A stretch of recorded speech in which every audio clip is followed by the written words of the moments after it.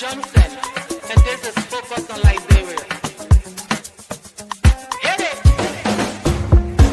From Cape Mount to Cape Palmas, mountain back to Atlantic Ocean, Obomi Hills to Pokonjre, to educate, elevate, and promote.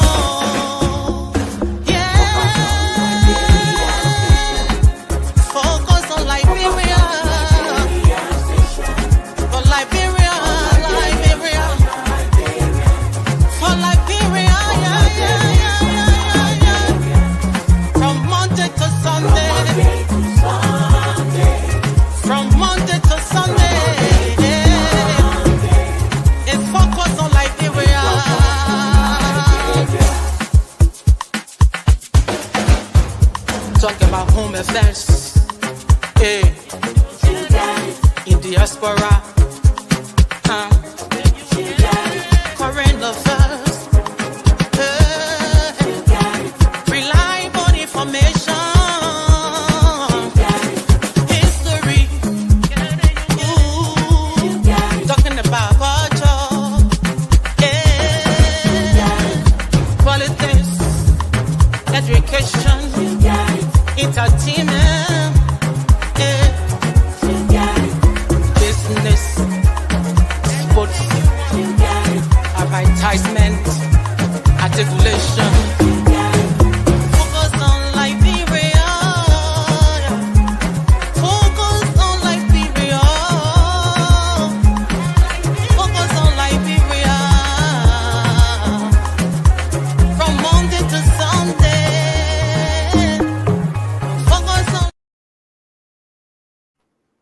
Hello, ladies and gentlemen, and welcome to Tough Talking Thursday on Focus on Liberia. My name is Dennis Jar, and we are broadcasting from Atlanta, Georgia. In this edition of Focus on Liberia, Tough Talking Thursday, we're going to be looking at a very important topic towards reconciliation and national healing.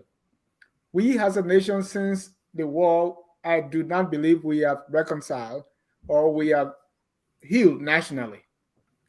The recent passing of Senator Prince Wild Johnson and the emotions that ensued on all sides clearly tells me that a lot needs to be desired when it comes to national reconciliation and healing. So, are we there yet? How do we get there? Plus more. Let me welcome our senior panelist here on Tough Talking Thursday, Dr. Abdullah Dukle. Welcome, Doc. Thank you, Dennis. Happy to be here. Thank you. Let me also welcome our man from the nation's capital, Jimmy Eastman. Hey, it's a pleasure being here with you and these young, smart gentlemen. Thank you. And let me welcome that young and smart gentleman, William Gibson. Welcome, Bill. Thanks, Mr. John. Good evening, everybody. Good morning as well to the folks in Liberia. Glad to be here. Thank you.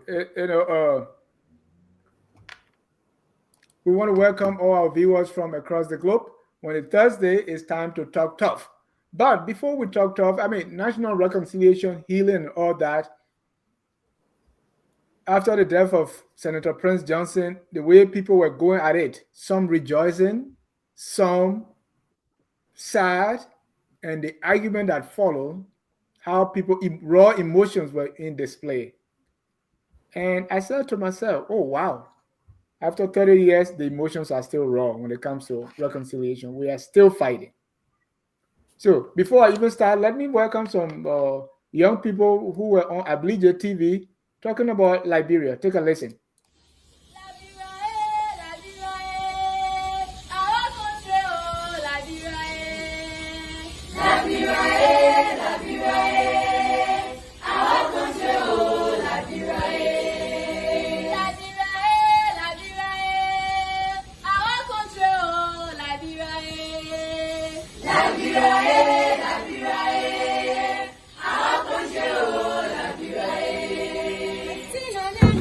Liberia,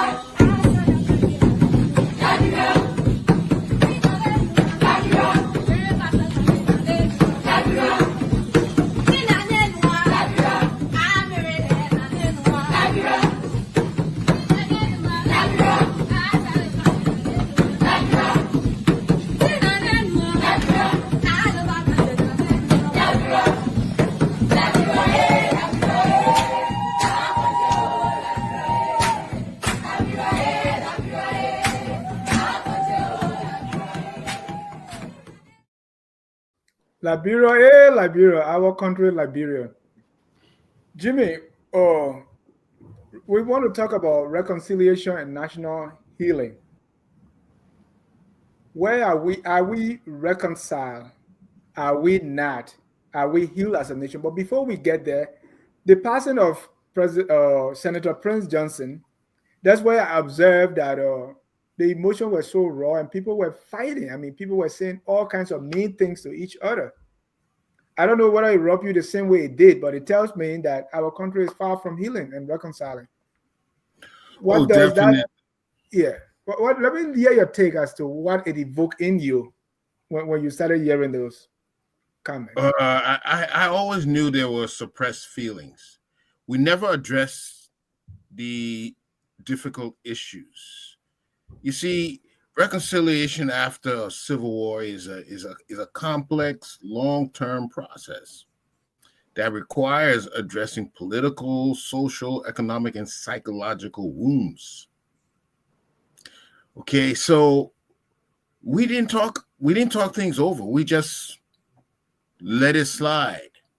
And there has to be, we tried with the Truth and Reconciliation Commission, but we never succeeded with the prosecution of crimes. We didn't go with amnesty or reparations for people. And there was so, there's so much healing that needed to be done. We're talking about trauma counseling, memorialization, grassroots initiative. There were several depths of reconciliation that we never touched.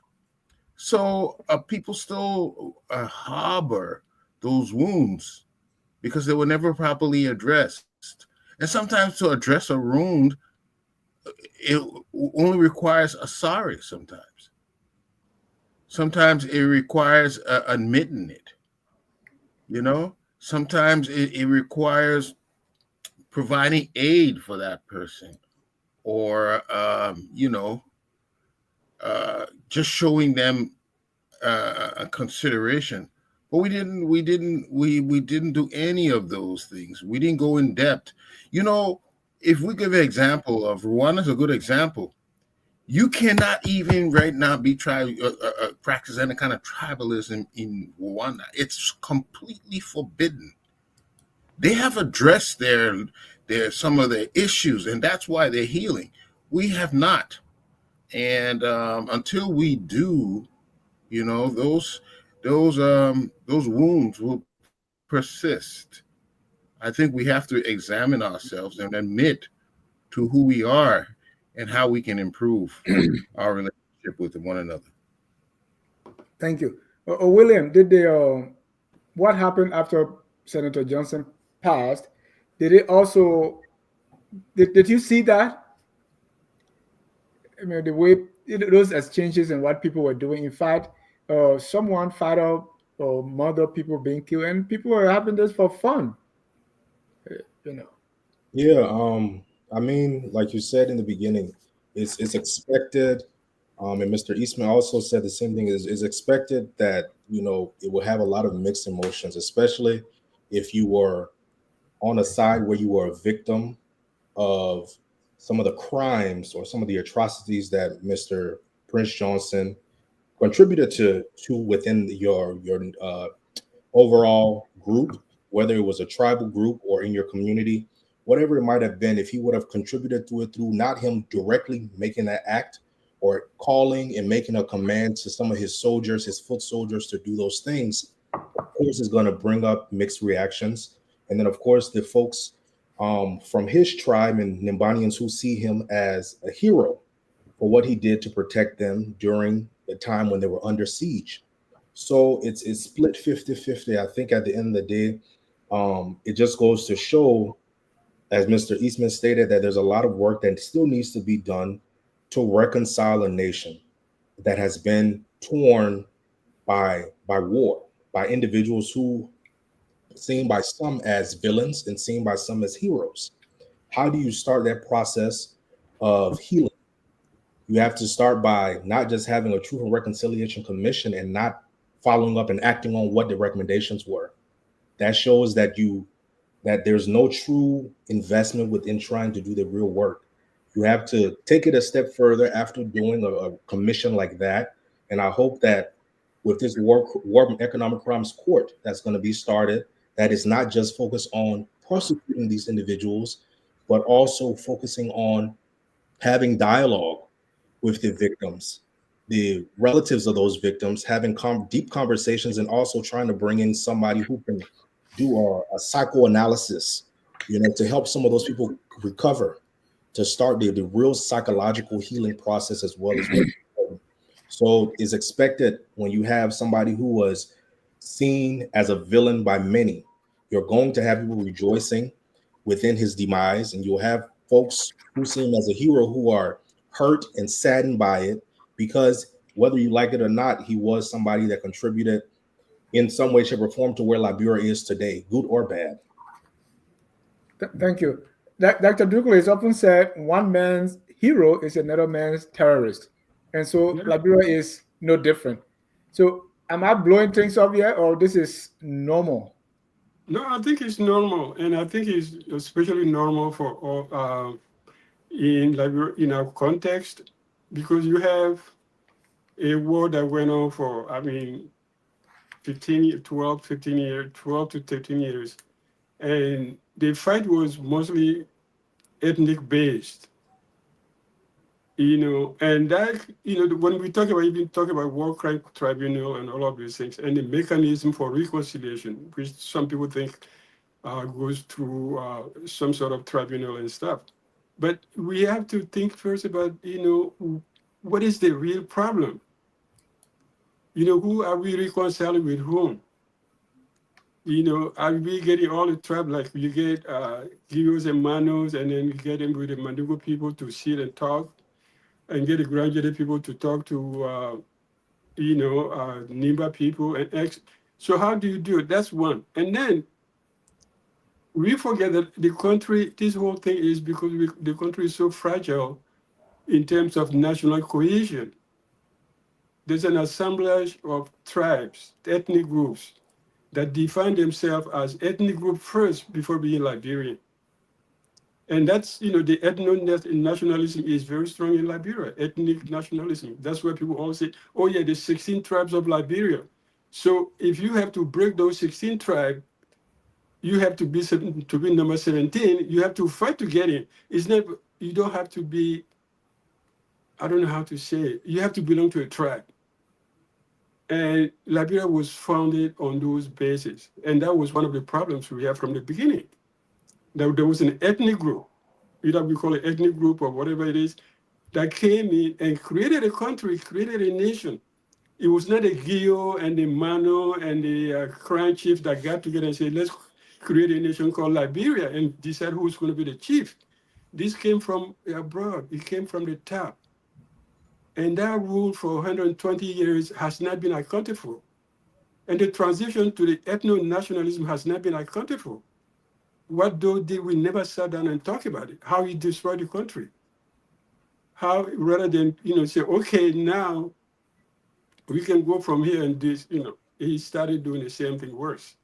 So I think we will talk about the mechanism all the time, but I think we need to really sit, as Jimmy said, not sweep things under the mat and say, okay, let's go on, move on to the next stage, and maybe when we do build a few houses and give few bags of rice and put one or two people in jail, we'll be reconciled. No, we have to rethink the whole nature of the Liberian state, what it is. And that's something we have never done. We have never sat and, the pioneers and Congos had a constitution. They framed it for themselves. They said they came from America. Doe came and he framed his constitution for himself. The warlords came with the amendments to give themselves amnesties.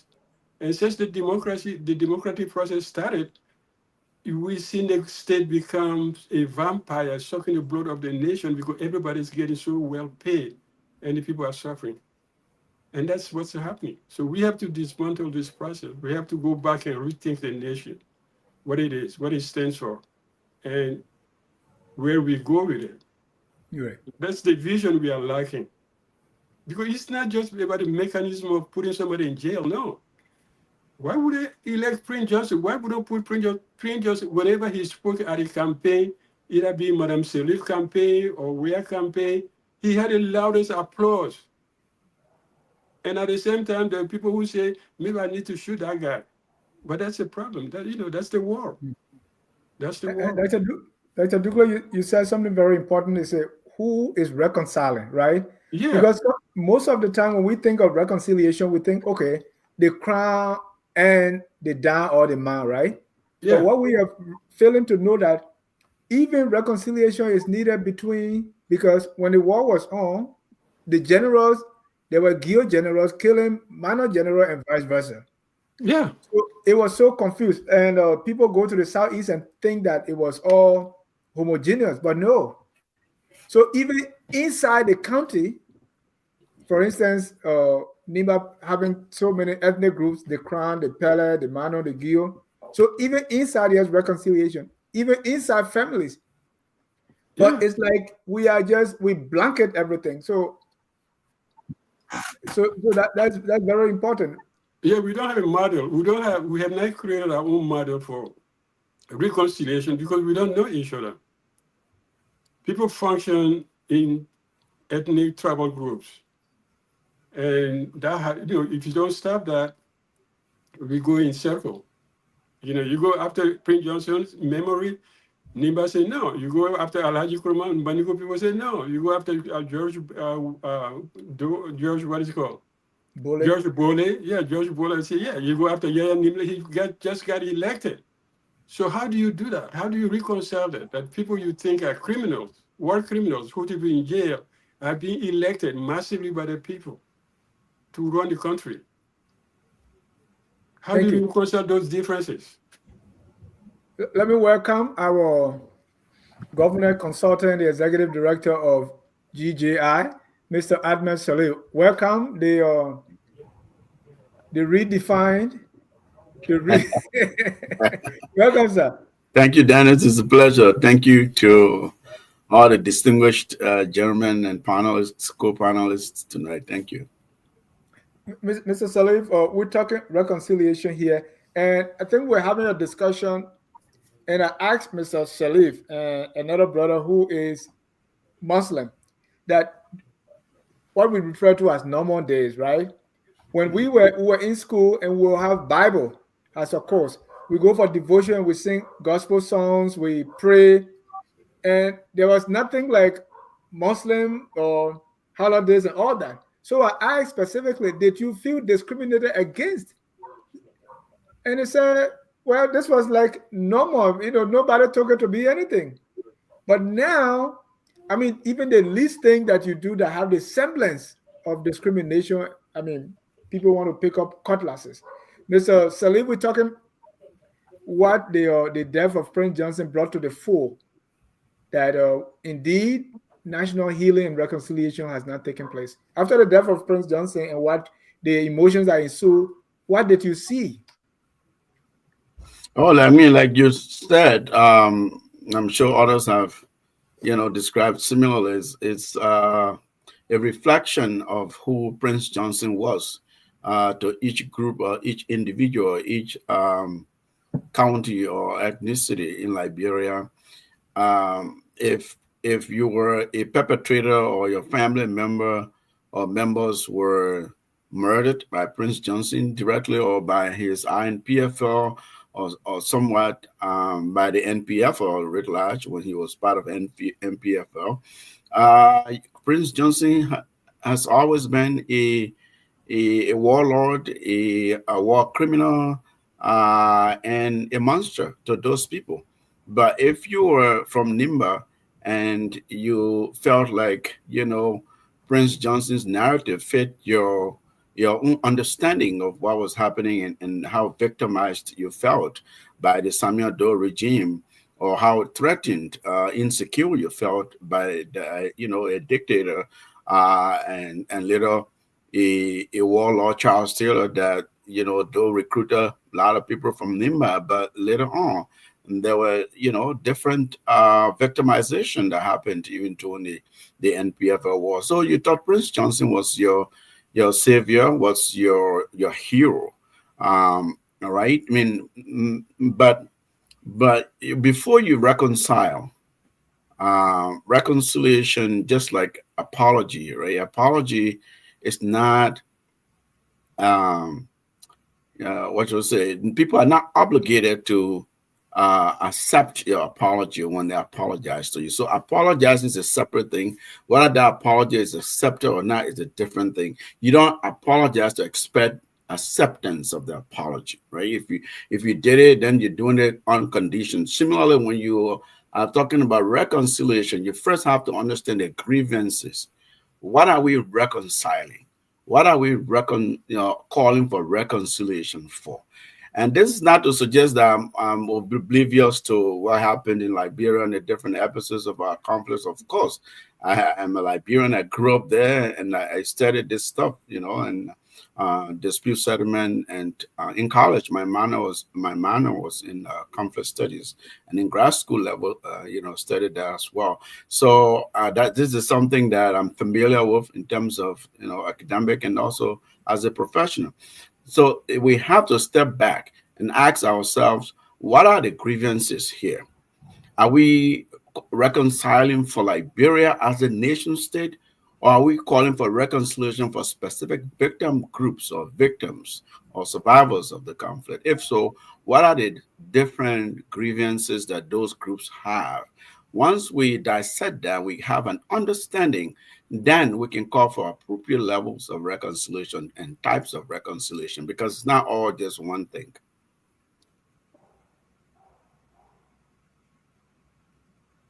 You mute, Dennis.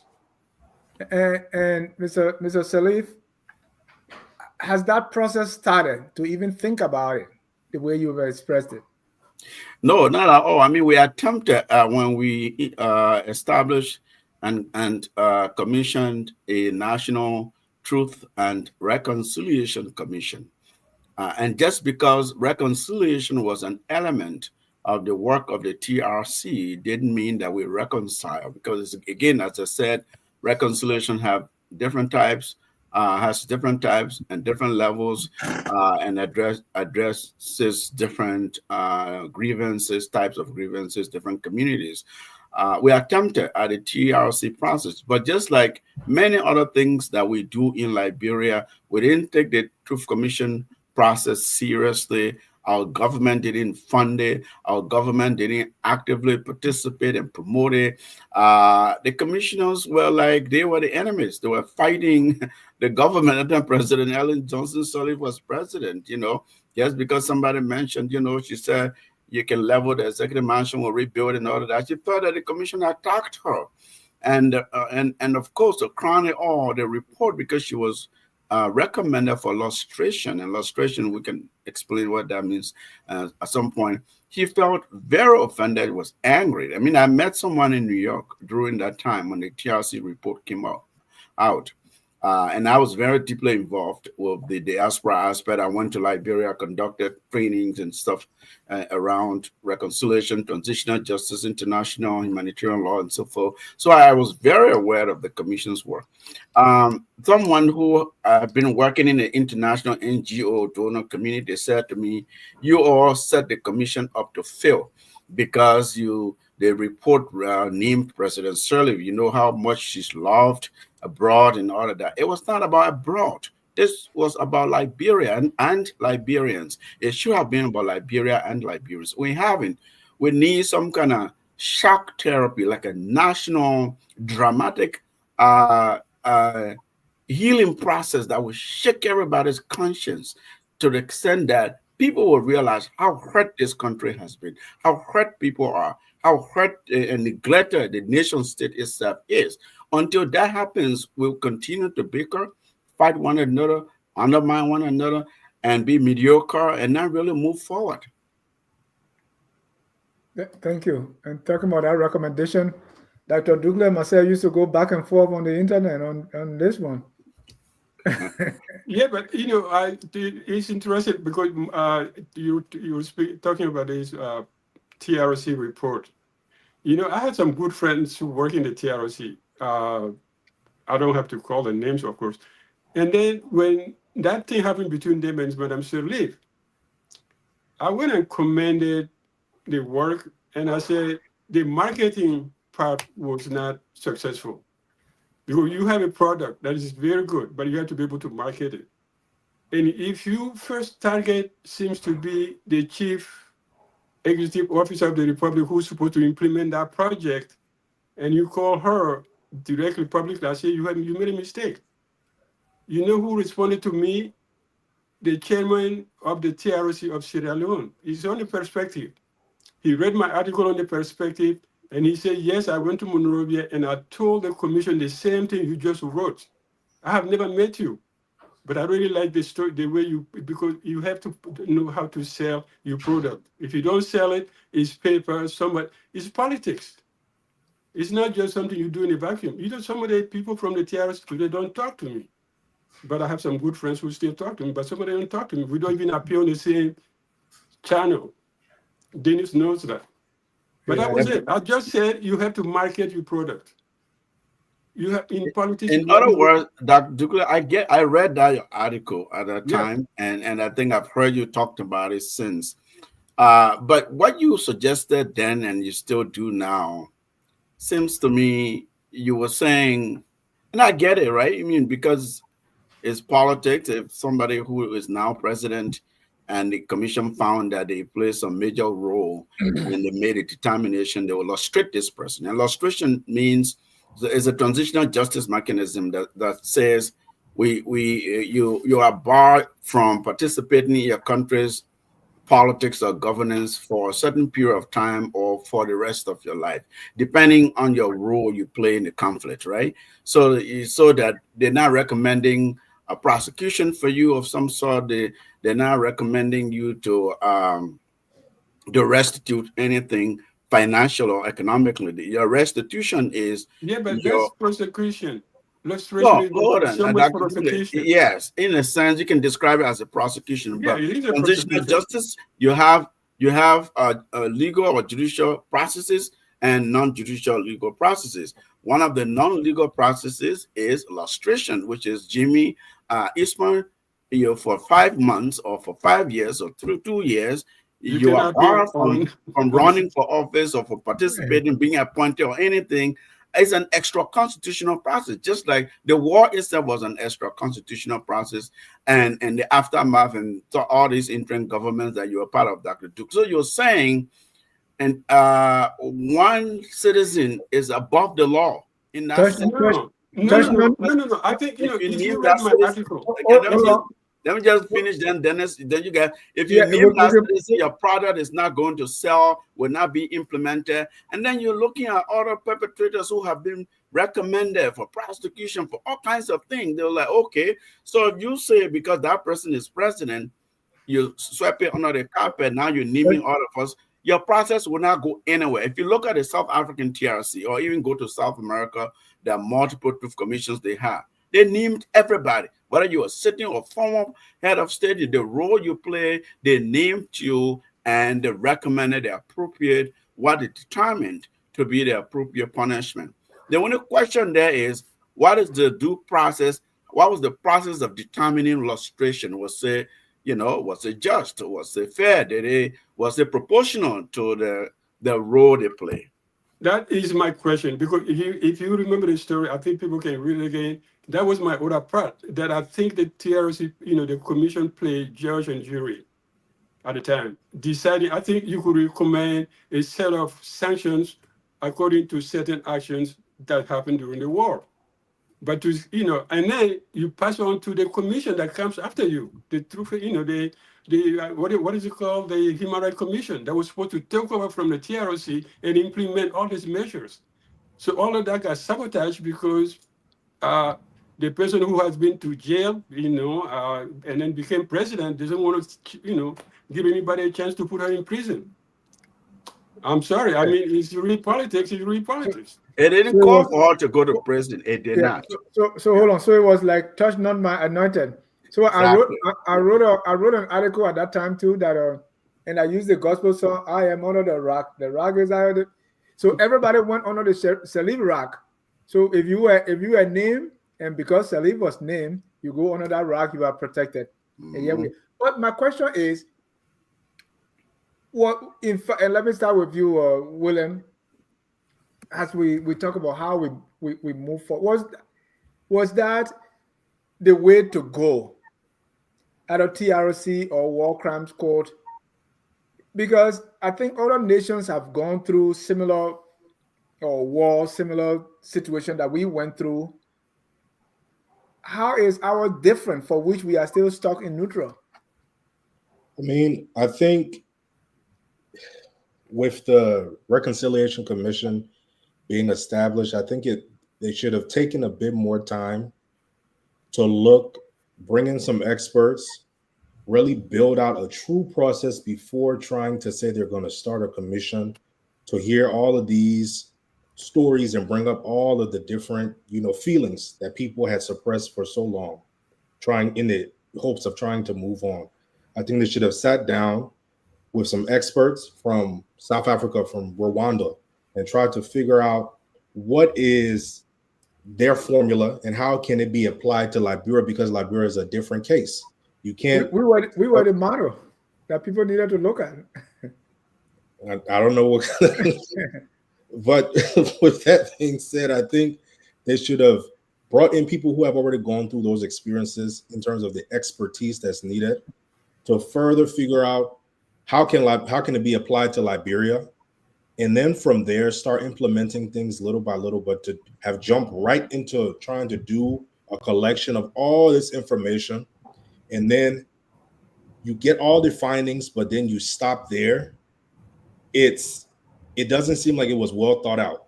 No, they made recommendations, but other people should have implemented.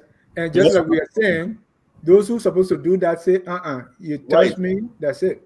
Right. And I think that was wrong. I think if you're going to collect all this information and then get people's hopes up, is not right. I think what they should have done was put in place all of the worst case scenarios and actually figure out if they were truly ready to do this work. If they were not ready, I think they should have started by just doing the research and then passing it on to the next administration or something until the country was ready to see something like that come to the forefront. I think they should have been a bit more focused on accountability, and people being held accountable in this situation would have been what they should have practiced, regardless of your position. If you were found guilty by the commission of all these atrocities that you were accused of, and you were put on the stand to speak to those things, and you were found guilty, I think it should have been taken a step further instead of them shying away from it, because it hasn't done any good for Liberia, because we still see people facing some of those things. When you hear that the warlords that were of those days that have passed away, people are rejoicing, and you have another side that's also saying they were their heroes.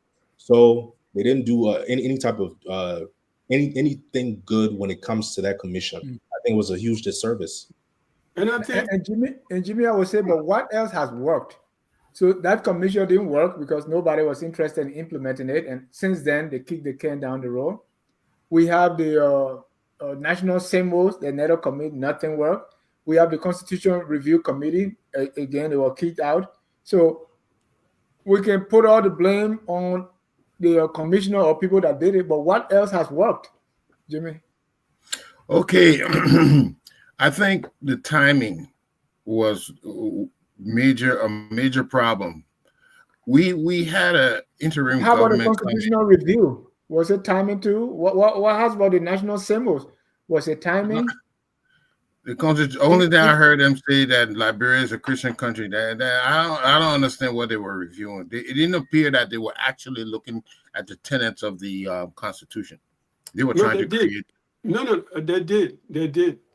They had 17 but what did they come? What were the suggestions they came up? They had 17 or 19 suggestions. What broke the thing was that the chairwoman of the commission, Gloria Mususka, and one of the members who was a reverend, evangelist, insisted there should be Liberia was founded on Christian principle, or Liberia is a Christian state. And the rest of the commission refused to accept that. So that's why the thing broke down. Again, thank you. This is what there's always been some selfish attitude that we have toward national development. That doesn't have to be in that clause that love Liberia Christians. Your Christianity, your faith is a personal affair. It's not a thing you can legislate. And that was the first faux pas, the first mistake on we've and I want to allude now to the different mistakes we keep making. We had an interim government, and the interim government was supposed to implement these sort of things. Even after Taylor left, they had a brief period where I think Guyud Bryant, right? Judy Bryant took over. Mind you, anyway, he took over, and these things were supposed to be done before commencing going in. If we do not address the deep wounds that we have, it will never heal. These things have to be talked about. They should have brought all the different tribes together, representatives of the people that were respected in their various tribes, chiefs or elders, who were respected. And they needed to have a conversation about this thing, what they think we need to do going forward, and let them go back to their people, speak in their native tongue, and tell the people, look, we have decided we will do this. We will let this stay. We don't want to see this anymore. And they speak to the people, bring everybody on board. But it's never been done because somebody is always circumventing or short-circuiting the thing. Even Doe was supposed to come and rectify the TUWP hegemony, where you could not, no one else could contest elections. There was no democracy. But what did he do? He imposed himself on the people. After he was supposed to come and try to fix that, no. We've always had people, when they get the chance to, when we give them a chance to rise to the occasion, they have a way of taking a selfish route and torpedoing everything we do. That's what's been the history. And we see it again and again and again. A very selfish attitude. It's not uncommon, you know? And so that is one of the reasons it hasn't succeeded. And why is that, Jimmy? Because that attitude you talk about is always on the part of leadership. Take, for instance, we talk about the Constitution review. President Seliku has still gone ahead, right? We talk about changing all that was in the Constitutional review. Now the TRC. Now we're talking about War Crimes Code and President Boakai. So why has it not? It's always tall when it comes to the executive. Again, I'm going to say they allow their personal desires to get in the way. You're supposed to be looking at what is good for the nation, not what is good for yourselves. Those people who revise the Constitution, they had no need to say about that Christianity. That's what they wanted. One person, two persons put it there. It was because they went around. Yeah, but they had buses of the ferry people from Monrovia in buses to go jam the place in Banga. People will run for their lives. They recruited church members to go there.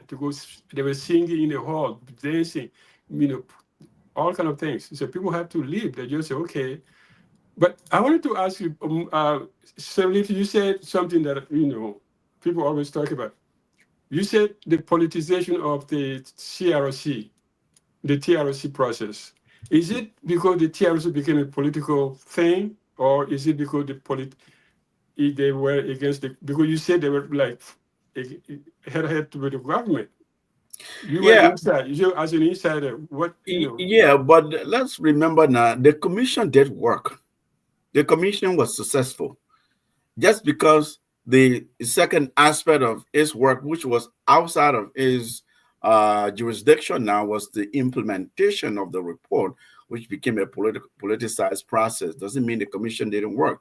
These commissioners travel through the length and breadth No, no, of no. that I'm not country. talking about their work. I'm talking about that political aspect that you were talking about. I know they work. I said it. Yeah, then we I brought it commented like the work.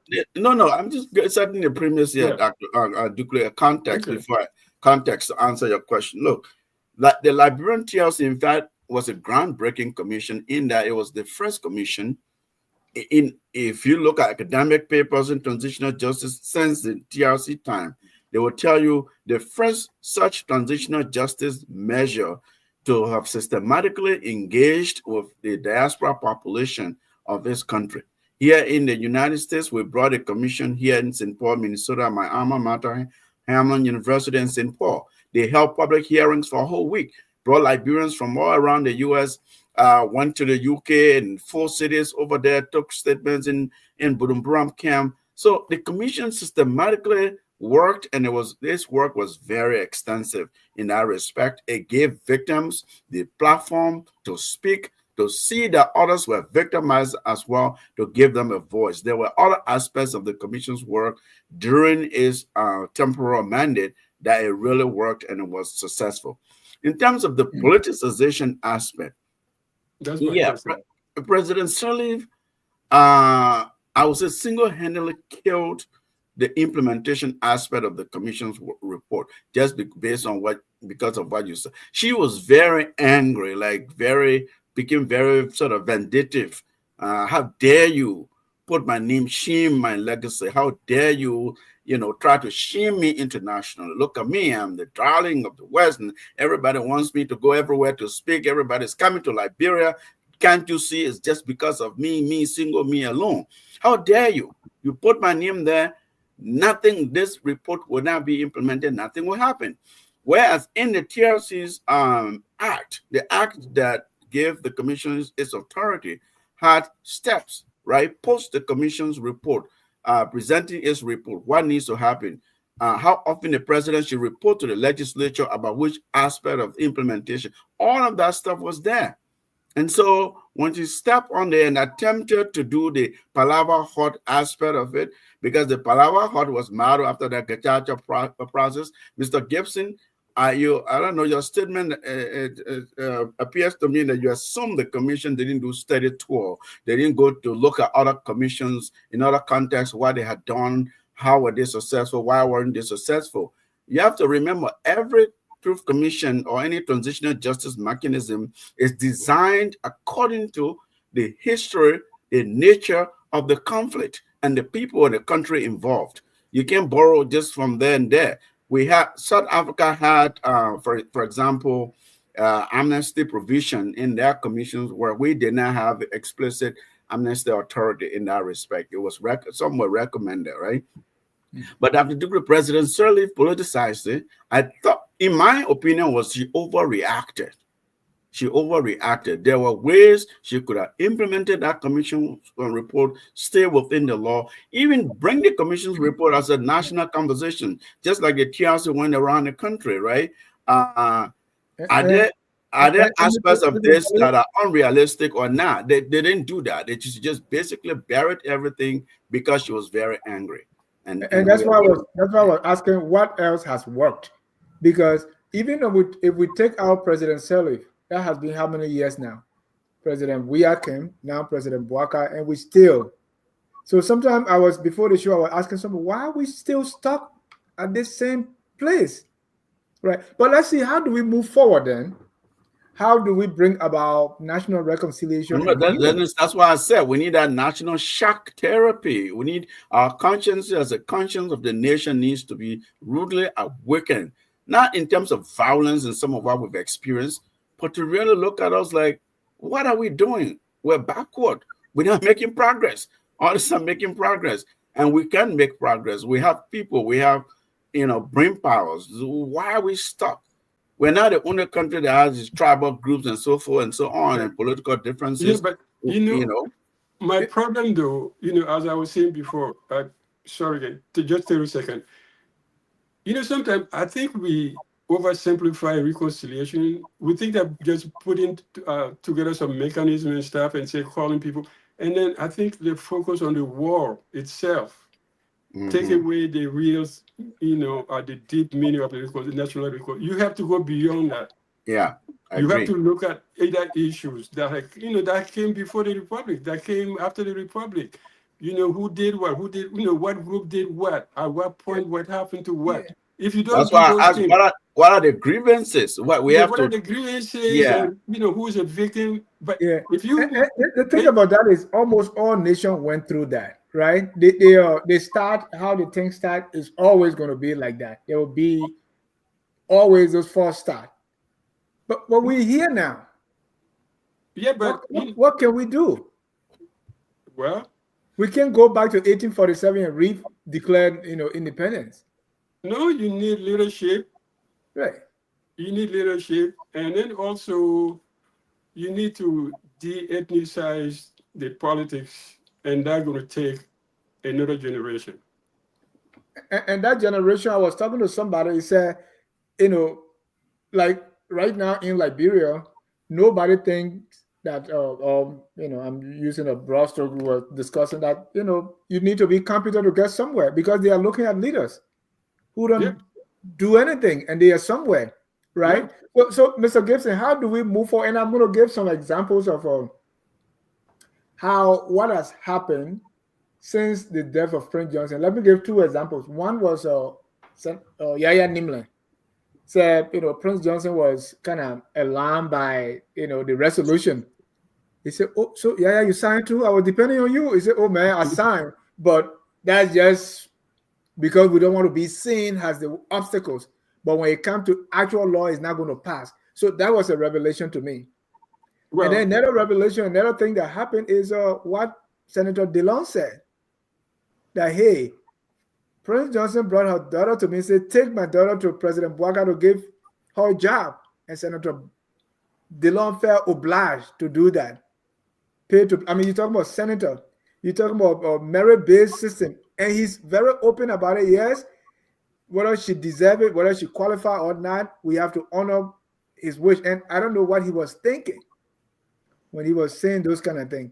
Maybe to declare himself like, hey, and people are focused so much that, oh, why President Bouaka is not talking to Prince Johnson, and to me, that was the least of it all. So people are it's not just reconciliation, it's nepotism, is being devious. You say, hey, let's just sign it, we're not going to do it. And people are open about it. Mr. Gibson, how do we move forward?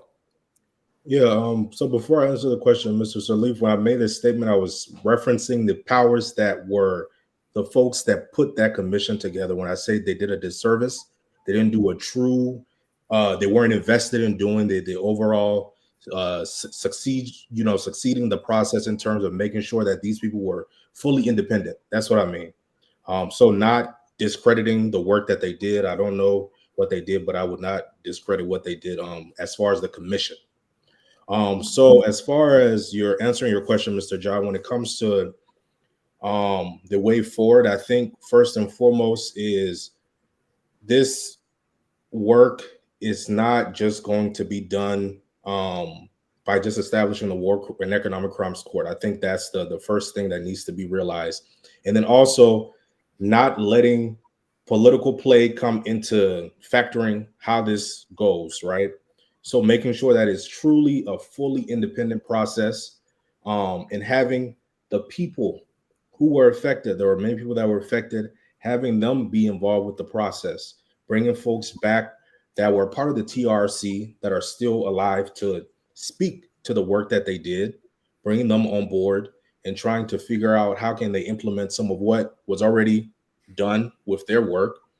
And then again, making sure that the president or the executive or the legislature, they're not involved in this process, that the rule of law is upheld and it's not something that is going to be compromised. I think until that is solidified, until that is really respected, it can't go anywhere until those things are taken out of it. When it comes to the executive being involved in the legislature, the executive is only meant to just oversee and to get updates, but they should not play a pivotal role in deciding who's supposed to be prosecuted and who's not supposed to be.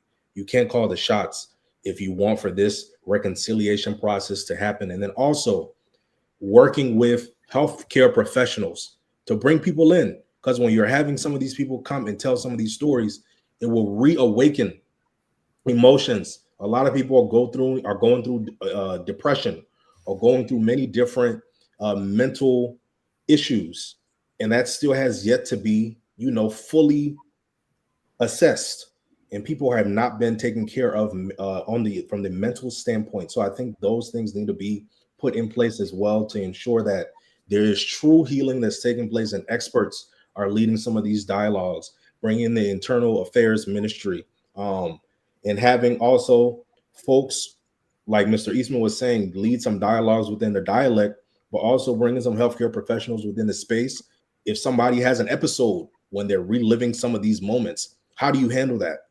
How do you make sure that person has care to where they're not feeling as if I'm reliving this moment, but after I leave here, how can I heal? How can I continue my healing process? So a lot of things need to be put in place on that side as well. Thank you. And Jimmy, let's talk about the healing part, right? Because, like for victims, there are some who were not as angry as others. Maybe they have healed or they chose to show the other cheeks, right? I really want to understand, viewers, if you are watching too, how did you get your healing? How did you cope? Because, like for me, after my father was brutally killed by LPC, if I had money, I would have started even a rebel war because I was so angry and bitter. So for years, I carried that hurt, and I wanted them punished like yesterday. It was not until the death of Roosevelt Johnson, and maybe it was my spiritual side speaking to me that okay, you got to let go of these people and let maybe God deal with them. So that's how, for me, that's how my healing came. But I don't expect that for everybody. Jimmy, let's talk about healing. How can people get through the end, and what are some of the experiences of people letting go? Well, first of all, it can't be swept under the rug. We need to talk about it. It need to come out. And just what Gibson was saying, we need some professional advice on this. There are people who are trained to know how healing can come about, especially from these kind of tragedies. I hear people talking things generation after generation, things that they never experienced, and they're still talking about it. We demonize each other. First of all, we got to all understand that, yes, we are all human first, and we are prone to making mistakes, and we have done things that are wrong. But now, how do we move on? Everybody has to at least be at that starting point, But if you're not at that starting point, you still harboring malice for others and whatnot, then you're not there. The first thing to do is to come to the point and realize that our ability to make mistakes and decide that from now on we will conduct ourselves differently. And that's been the point. That's been one of the points. But I always see what gets in this way is another aspect of human nature, and that is selfishness and greed. They're not interested in it, where they're more interested in what they can get. So these things have to be dealt with immediately from the very beginning. Strict rules to deal with these situations, and we all abide by it. That's how it will move from at least stage one. But we never really we started with the truth and reconciliation, but we never got off from there. Stop right there. I think what they could have done, realizing that Ellen was already sitting president, instead of trying to use lustration as Sirleaf was talking about, where sometimes they even remove you from power. Lustration goes that far. They can even remove you from power. Instead of trying to do that, they should come up with a plan to work with her and resolve the issues that they had to because she was already a sitting president. So Yeah, they so had to deal with that. she was not going to go for a second term. Yeah. Well, Yeah, that made her go for a second term. yeah. So say let's work around her. But Mr. Salif, have you seen people heal in this in the war, and what how they do it, for which they are not as bitter as other people? Well, Dennis, first of all, quickly, before I talk about healing, what I know about other societies post conflict or fragile context, your question about we're here now, how do we move forward, or why is it not working? Why didn't this work? Why didn't this attempt work? Why? Look, there's a book that I've read in my career. To me, has been the single most influential book that has, well, I mean, it's not a very old book, right? So Professor Asimoglu and James Robinson, their book about why nations fail. So they've debunked some theories, some hypotheses where some people believe that other nations have developed, have industrialized, have modernized because they have better culture. So the problem is culture, right? One country or continent may have a so-called lazy culture, work ethic problem. They say it's not culture, and they have evidence to show why it's not culture. They show South Korea and North Korea sort of. They show North Nogales, Arizona, Nogales, Mexico, just the border dividing them. It's not culture.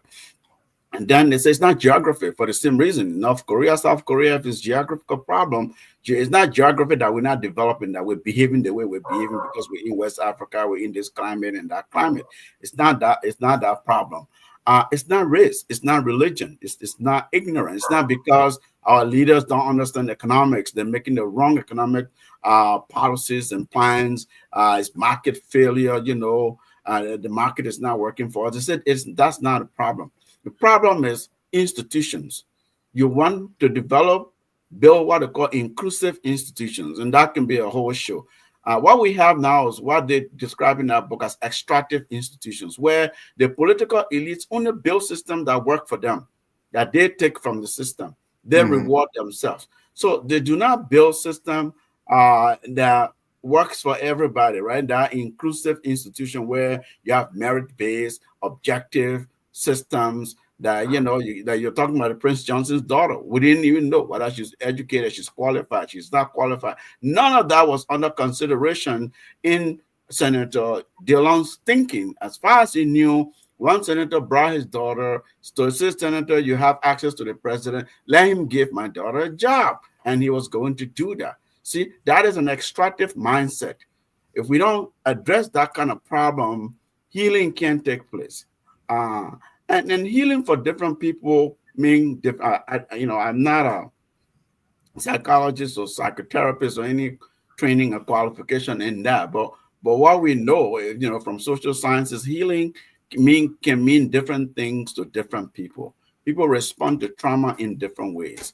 At least you have to give people, a population, a nation, an opportunity for those individuals to respond to the trauma in ways that honors them, in ways that recognizes their hurt, their pain, in ways that shows that, look, we were not the only ones who were victimized. Others were victimized. Give us a voice so that people know truly what happened, so that apologies are offered. The way we've seen, to answer your question, other societies, they've offered a national apology, acknowledgement of what happened, recognition of victims groups, really setting up system like restituting, some kind of process where you give back, you memorialize, you honor those victims, those who were killed in 1980, those who were killed or hurt in 1979, those who 1985, 1989, the NPF awarded different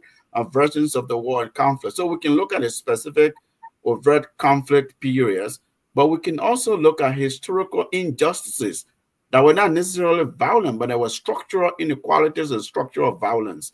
If you begin to identify objectively and systematically those grievances and those problems and seek people's opinions as to how do they want to move forward, how do they want to honor the memories or those who were victimized, those families and things like that. Then you're beginning a national conversation that sounds to me like it's honest, it's sincere, and it's objective, and you truly want people to come together.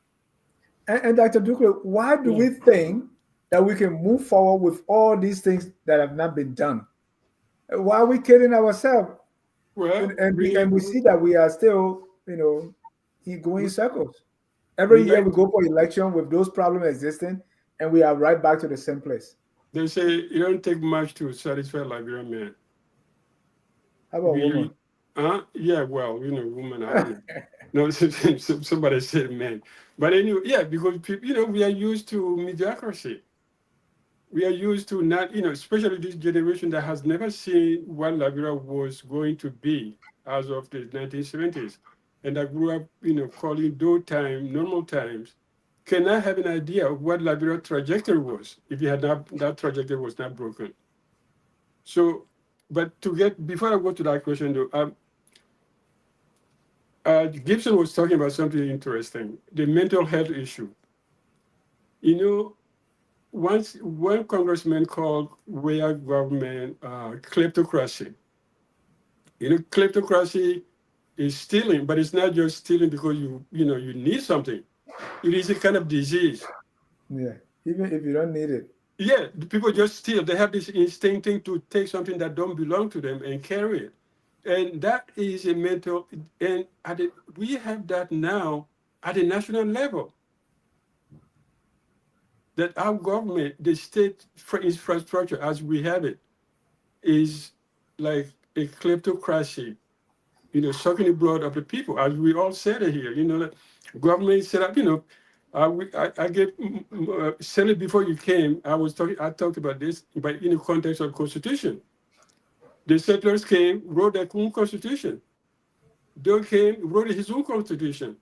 The warlords came in, put some amendment and amnesty for themselves. The new democratic people came in and put on their own magnetic, laws to create this bundle of things that we don't control. Nobody, where is Liberian people? What are the Liberian people say in this whole thing? So it has always been driven from the top to exploit everybody. So we have gone with the same model that was brought to us from 18 something. So we carry the same model, we pad it up, we add things up, but we don't think about how do we correct it? What is wrong with it? Because we have to think first that something is wrong with it. If we don't accept that, then, before you even get to the point of saying, how do we go forward? You have to know something is wrong with the process. As Gogoro always said, the nation was built on fragile foundations. And if you don't correct that, you don't break this ethno-nationalism that, paralyzed the states, and this greed that is kleptocracy and what do you call it, mental health issue. And that's where I link it to the mental health issue, because that's stealing. If you steal more than you really need and you're government official, that means you can't control yourself. That's where kleptocracy comes in, and that's a mental health. And now we are run by people who are either perpetrators of the war or victims of the war. There are very few standby, people who say, "Oh, I was not here, I was not part of it," except people who were born, after the war. But everybody was victim, or everybody was a perpetrator. So how do we fix it? I don't know. You have to break it down to fix it. You have to know, and we had a chance to fix it after the war. We had a chance to fix it in 1980, although it was a brutal change, but we needed a leadership at the time to say, okay, this is where we want to go. But we need Dennis to be superintendent and then president, and then we all do this. Inshallah. Inshallah, right? Okay. And Mr. Gibson, that's what we're saying, right? And Dr. Douglas raised a very important point: kleptocracy, where somebody is a disease now, right?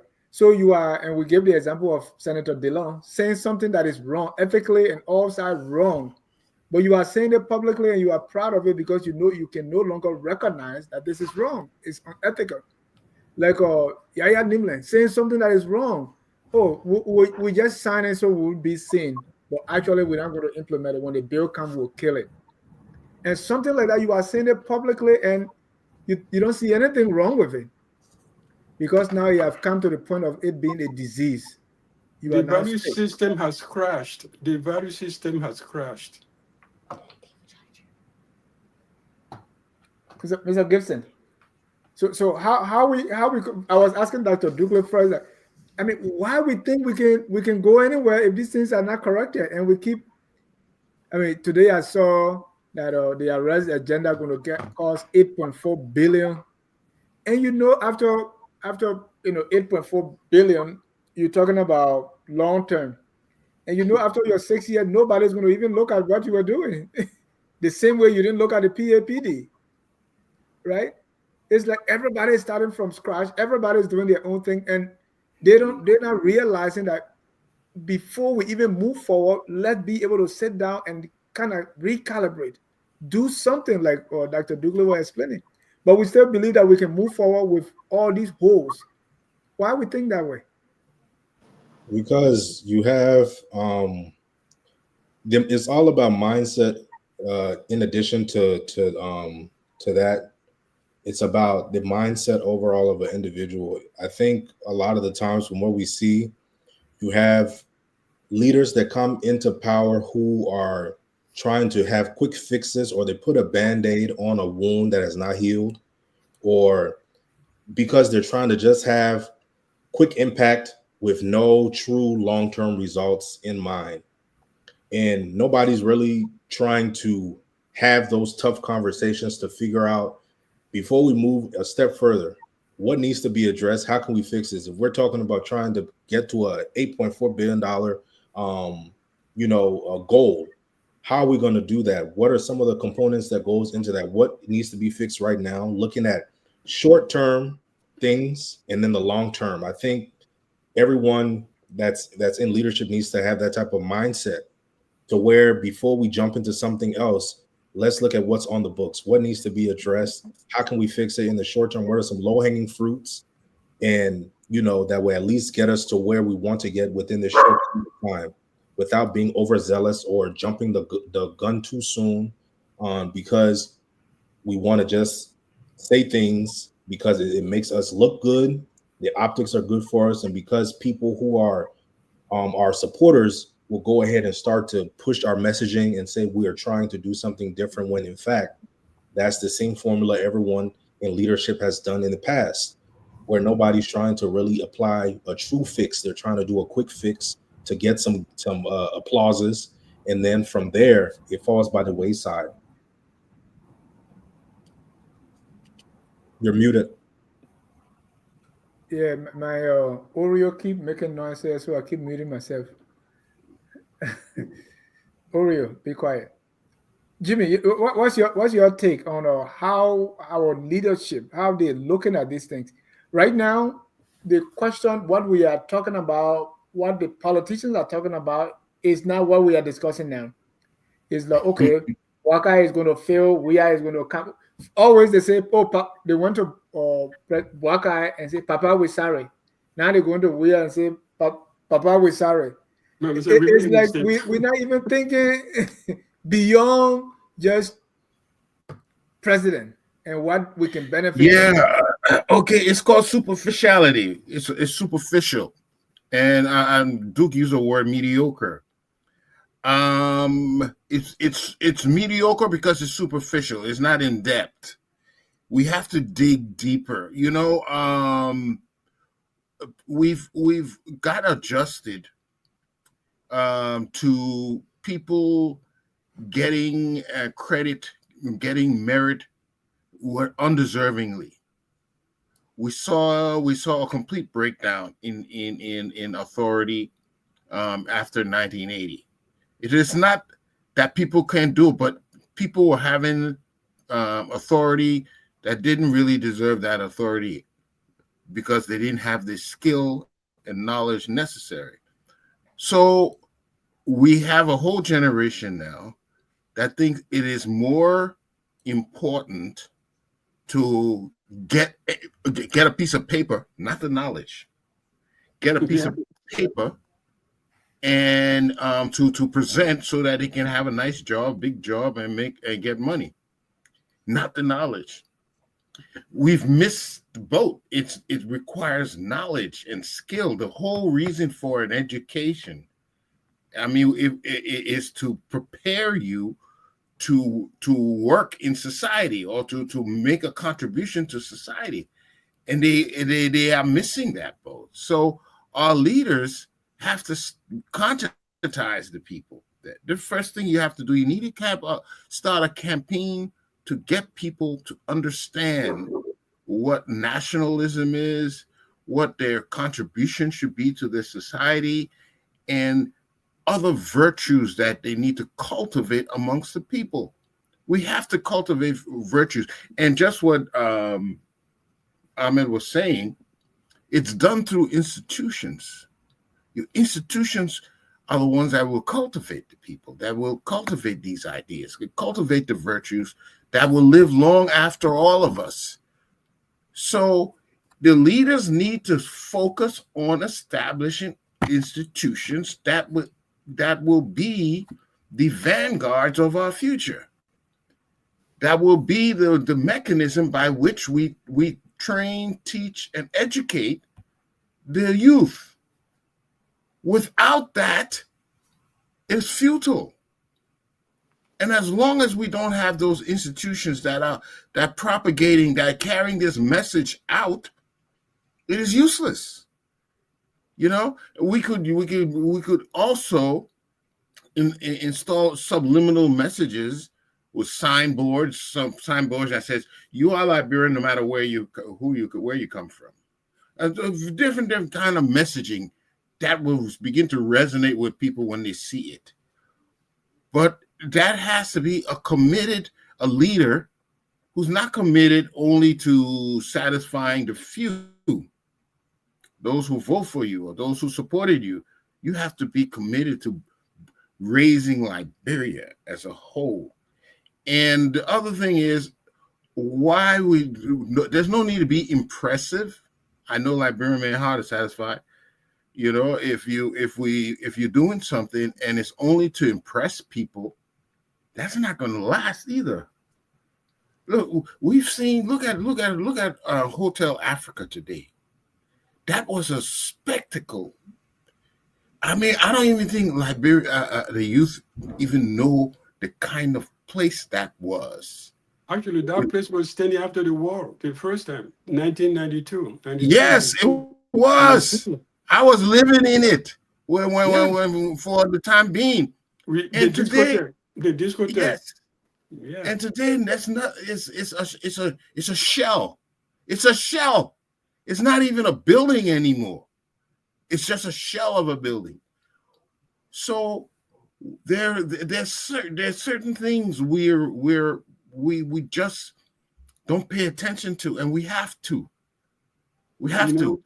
You know, and if we're not going to pay attention to those things, then we'll never have a nation. And eventually somebody will invade us and take it over. That's how I look at it. You know, let me follow up on you. I think, you know, we talk about this lack of seriousness, or not seriousness, lack of integrity in the society, all of that, especially in the government. And we compare that to pre-1980. You know, I read Patrick Bourreau's book, a book he wrote about, you know, how society worked back in the days and all of that. There were 3 guardrails. If you were in government, it was more likely that you were part of a church. More likely you were part of a society group. And there was no chance. Nobody was leader in all 3 groups. So if you're a minister, maybe in a society, your typist or your secretary was your boss. So that created guardrails in the society, in the government. So you could not, if you thought you were big in the church, you go to the Masonic temple, you're small. Or you go to the government office, they say, oh, no, you sit down. So those institutions were created by people who came to Liberia with a mission to create a nation. And they had a vision for it. But what happened in 1980? So we have to ask ourselves, what happened to those guys' rails that had kept the government, not society in general, but just the government? Because if you are in government, you're a minister, you probably were part of the society, you're part of a church, a big church. And you were not leader in all of three of them. So you were under somebody. And you could be shamed at church, you could be shamed in society, and you could be fired by the government. So those things disappeared, 1980. So now we have to find a vision. Somebody has to come up with a new mission, because that mission to create a homeland has succeeded to 1980 for those who created that. But those who took over from that, we don't want to discuss it. We never want to face that, but it is there. We have to face that problem someday. We have to sit down and talk about it and say what happened. It was not just a coup. It was the erosion of a vision, erosion of a mission.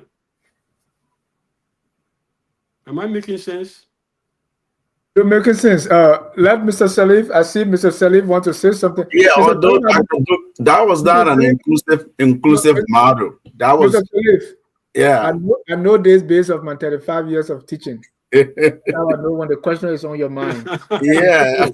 You're a good teacher. It wasn't inclusive. That's what it wasn't an inclusive model, but I get your point. It was cohesive for the purpose, the purposes that it served. And that's the structure that you talk about, Mr. Salif. Yeah. Well, yeah, we're getting there. If you're thinking in that manner, it means that you're saying, look, we need to build institutionalism. That's what you're saying. What you're saying, we need institutionalism, but I added that it ought to be inclusive, it ought to be objective, it ought to be merit-based, it ought to be, at least try your best. Because then we say, all right, we live in the context of Africa, right? Something that reflects the new Liberia. The rest of sub-Saharan Africa, this is how they do and so on. That's why the continent is still held down. And so you're trying to build your nation, and then you have these external factors. But at least try to build an inclusive model that creates institutions that people respect, that serve the population, the citizenry. But at the same time, people fear that system in a way that if I don't merit this, I'm not going to get it. And if you try to bypass it, there are consequences. And so when you have that, then you're really talking about that mental model. People start thinking love of country, service to country, not service to individuals, right? It's service to the presidency, like not the president, necessarily the presidency as an institution, the country as a nation state, love for country. I was speaking to somebody in Kenya, and the president said, listen, I missed your call because I was out building a nation. This is just a civil servant, but they think that's the mindset. Look, I'm doing my part to build my nation. I was busy out there building a nation, so I missed your call. Now, I haven't heard a Liberian tell me that. If you start thinking that way, then we're talking about, okay, so what are the what is this sort of institutionalism mindset, these models that people can hold on and what are those ingredients in building that nation? Yeah, and building, and it's possible, right? It's about inspiration. It's about really driving the vision and rallying people around to come to that vision. At the end of the day, look, a Nigerian friend said to me last week, we were on a call, and he said, look, everything falls and rises on leadership. And I said, I like that. I'm going to steal that from you. So, well, you don't have to steal it because it's really true. It's always been so in history. Everything falls and rises on leadership because it's leadership then that guides. That's is that guidepost. That guides, that leads us to the institutionalism, that leads us to this mental model that says that, listen, we're about building Liberia. We're all Liberians. You ought to merit this system. If you want to do this, get your education, get your training, whether it's vocational, what is this? We need different people with different skill set and background from all across Liberia. That's kind of what we're thinking our country. Yes, you can belong to your tribe. You can belong to your church, to your religion, to your mosque, to your community organization, your civic groups. By the end of the day, all of this will rise onto our vision for what kind of country, what kind of society we want to be. That is very possible. Listen, we're not even 6 million people. Okay. But Maybe that's the problem. we need our catalyst to kind of get us there. Thank you. Well, somebody said, bringing in our callers, but before that, let me say that at some part of this year, I was really, when I look at what was going on in Liberia, the government, they were forming the government, the people they were taking, I was really depressed, right? Because when the war came, I was a teenager. And what we were learning was go to school, don't fight, don't be recruit, just do the right thing. To the extent that we were in Bannersville Estate, the rebel had taken over the place. There was a poultry there, they bust in there, and then the chicken flying all over the place. And we said, we are not even going to eat that chicken because it's wrong. Yeah, it's not for you. Right. And that's what we grew up with, and that's why we kept ourselves. When we found a little way of escape, I was in Guinea teaching. Only at the end to say, well, all of you who did the right thing, you are going to be penalized. The people who help with the looting, the pillaging of the country, they will be rewarded. And since then, let me bring in our callers here before I cry. Don't cry. Mr. Hassan Kone. Because, I mean, how can you set yourself aside, do everything that is right, and at the end of the day, the crooks, the looters, and the very bad people, so now they can even boast of that. Mr. Hassan Kone, you are live. Go ahead, sir. Dennis, you asked the question, it's because we lack will. Dennis, we don't have no will. We are weak set of people. Spineless. We talk, we can talk. We know how to talk all the things. We know everything that we need to move us forward, but we lack the will to do it. We reward, like you said, we reward the worst of us among us. The worst people that saw people cut people's head off, that kill people, open people's stomach, deep better stomach. We reward those people. And like I said, I always blame it back on the intelligentsia, the people that went to school, right? Because they're the one that chose to carry water for these people, to make excuses for them, to spin the atrocities and stuff and make it sound good and feel into the ear. What happened in Sierra Leone? They held the people accountable. That's why Sierra Leone is doing better than us than we are doing than we are today. Every country in this world, Dennis, until we can start to hold people accountable, we will never go forward. We will never move forward. Because if you do bad things, you get rewarded. And you do good things. That's nothing. We saw this thing play out even in the past election like this past. We have somebody like Alex come in, and we have the rest of them.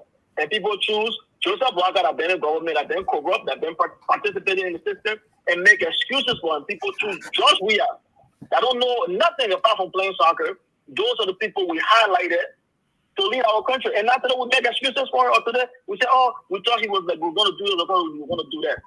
Right? So this is where we find ourselves. We will never move forward than this, right? And I blame it on the people that learn. How can we learn, go to school, know these things, but refuse to implement it?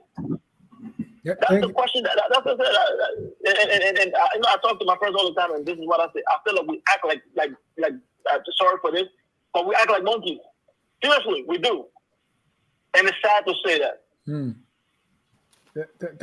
Thank you. Let me bring in the next caller. And how do we move forward? Alex Evans Morris. Mr. Morris, you're alive. Are you getting me? Okay, thank you, Mr. John, and hello to the panel. Look, the position that you were in after the election is the position I'm in right now. I'm disillusioned by Liberian politics, and I try my best to stay away, but I keep listening to focus on Liberia. But let me say this. In order to move forward, we have to take a step back. I think we missed a step. We should have done the TRC, did the reconciliations before we had elections in 2006. We missed that step. I think it's not even too late after this president's term to take a pause. Have a break 2 years or so to really try to reconcile that country, restructure our society in terms of our morals, put some things into place that's really going to, put the youth on the right path, and then go to presidential elections. Take a pause, have an interim government for at least a couple of years, and do the things that we should have did right after the war, or else we're not going to really move forward. We skip a step after the war and went straight to elections without really truly reconciling. It's not too late. We can put a pause in government after these elections, take 2 or so years to really reformulate our republic and what we stand for as a people, and try to ingrain that into our educational system so that the young people come in, because the people who are already older, maybe they're too far gone, but the young people, to instill those values in their minds. Take a couple of years and rebuild our nation and focus on nation building. Or else we're going to be in the same cycle. Because the reason why I'm staying away is because, to be honest with you, I didn't support President Boyka, but deep down in my heart, I thought he would be better than President Weah in many places. But to my surprise and my shock, he's worse in many places. I mean, it's like, what are we doing? What am I sitting my behind down in a chair for 2 hours to discuss a country that's almost like retrogressing? It's like I'm wasting my time. So like you're saying, Mr. John, that same feeling you had, I'm having that same feeling for the last few months. It's like, what are we doing? What are we even wasting 2 hours of our life to sit on a talk show and blabber about something that's not getting better, and we're wasting our precious time, to beat a dead horse. So I think that's the point. Go back, take a step backwards to move forward. Go back to the TRC, implement it, do the reconciliation, and then restructure our society, our educational system, and set up a value system that the young people coming after us will live by, and maybe we'll have a chance. But thank you for taking my call. That's my take. Thank you. The final caller here is former TLA member James Nalasa and former board chair of ULA. Thank you, Dennis. Thank you. So good evening to all on the show there today. Look, I just want to say that I see something that is missing. In fact, I don't think I've heard anyone mentioning that yet. In my view, I think the singular most reason why the reconciliation in the country has not worked, has failed, is because of one person, Ellen Johnson Sirleaf. She was the wrong person to have become president, to kill the whole idea of implementing. And you think she's that powerful that she's the only person doing it? But go ahead. I said the singular most. Yes, the singular most. And then she did it in a way that is very extensive and encompassing. Because what she did was, she made sure, for example, Dennis, that every person in the country that will likely follow the path of implementing the TRC was suppressed, was sidelined. People like Barronta, people like Gustin Gaffron, people like Famulette, people there, and she promoted people who were not interested, because that was her goal. And the example of that was the fact that she co-opted Weah. Actually, Ellen, 12 years of administration was an administration that was run by both her and by Weah. She co-opted him, made him peace ambassador, and Weah would send people on scholarship. Some people to say to her, gave them jobs under the ground, bribing him and everything, because that was the only way she could have succeeded to both run with impunity, because she was the chief culprit in the whole matter other than Charles Taylor. And where we are now is because of her. No, it's shocking. And we are took over 6 years.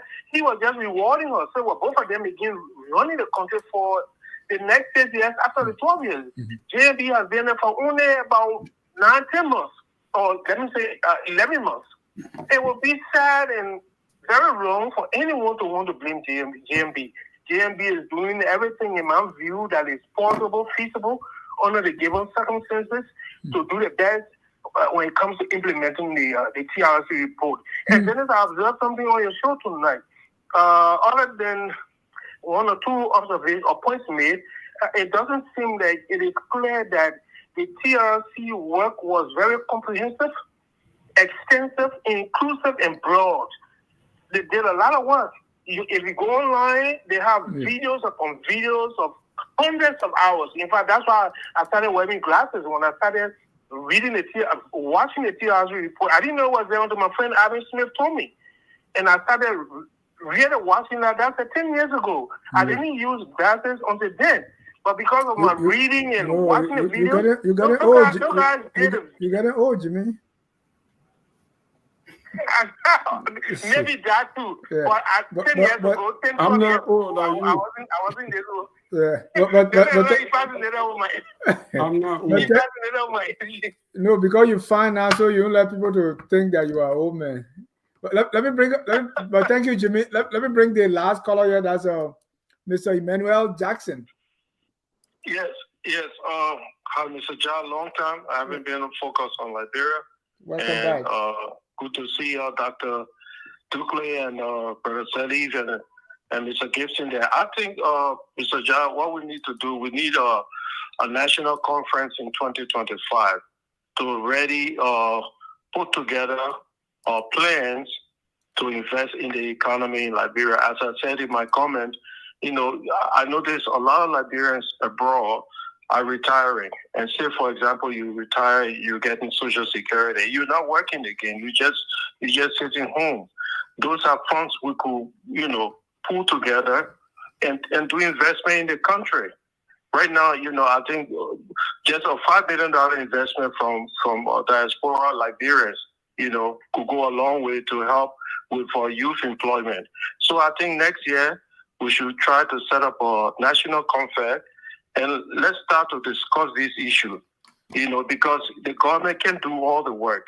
If we work together as Liberia, I think we can accomplish a lot to help economically. I really want to do some investment. I live in the Cape Mount area, in Tala, there, those places. I want to do investment there, but, I can't just do it on my own. If I'm working with a Liberian organization and we're pulling our funds together, we're pulling our intelligence and resources together, we can do this thing, So we shouldn't just wait for the government. I think maybe Dr. Dukley and Mr. Salif, who are well experienced, we could call a national conference next year with you, Mr. Dennis, John, and others, and try to put the resources together for Liberians who are outside and see what we can do to help with youth employment, because that's one of the major issues in Liberia now. A lot of young people are graduating from school, but they have no jobs. And I don't think the government will be able to absorb all of them into the government. And the private sector, as we see it, is basically retail. These Lebanese and Indians, they will not create jobs for our people. So we really need to do something like that. And starting next year, I think we could have a national conference. That's my idea. Thank you. Well, one of the things that featured prominently in